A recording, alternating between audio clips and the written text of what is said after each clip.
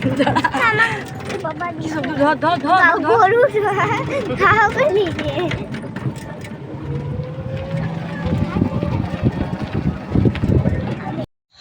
Guys, তো দেখো আমরা এখন বেরিয়ে পড়ছি। কোথায় বলো তো? যাচ্ছি একটু বাজার করতে।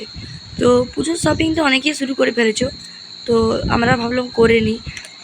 আজকে বেরিয়েছি, দেখি কতটা কেনাকাটা করতে পারি।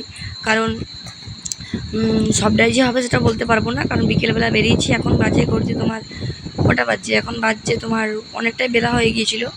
তো চলো, তো অনেকটা বেলা হয়ে যাওয়ার কারণেই আমরা 4:30 4টা বেজে গিয়েছিলো এরকম সময় আর কি।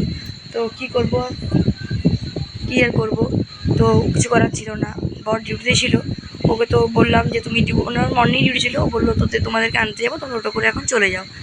তো আমরা এখন টোটো করে যাচ্ছি, আমাদের সাথে বাবাও যাচ্ছে। বাবা মোটরসাইকেল নিয়ে বেরিয়ে চলো এখন চাই। তো দেখো এখন আমরা চলে এসেছি বাজার করতে। বাবা এসে আমার সাথে বসে আছে। বর তো বললামই বাড়ি চলে গেছে, ও ডিউটি করে আজ একটু দেরিও হয়েছিল, তারপর ও আমাদের নিতে আসবে।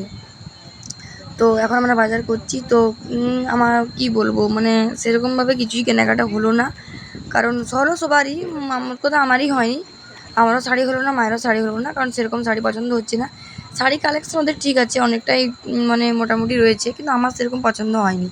এবার ধরো সবার তো সমান হয় না, যে যেটা পছন্দ করে ধরো সেটাই হয় আর কি। তো যেটা আমি শাড়ি চাইছিলাম সে শাড়িটা এখানে নেই।